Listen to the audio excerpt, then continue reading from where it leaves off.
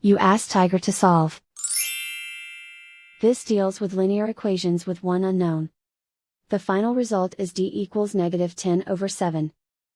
Let's solve it step by step. Group all constants on the right side of the equation. Subtract 4/3 from both sides. Combine the fractions. Combine the numerators. Reduce the zero numerator.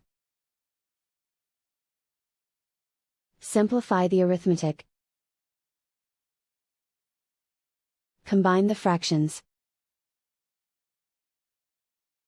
Combine the numerators. Isolate the d. Multiply both sides by inverse fraction 6/7. Group like terms.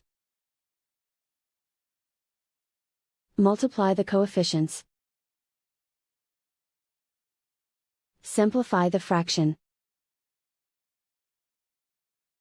Multiply the fractions. Simplify the arithmetic. And so the final result is d equals -10/7.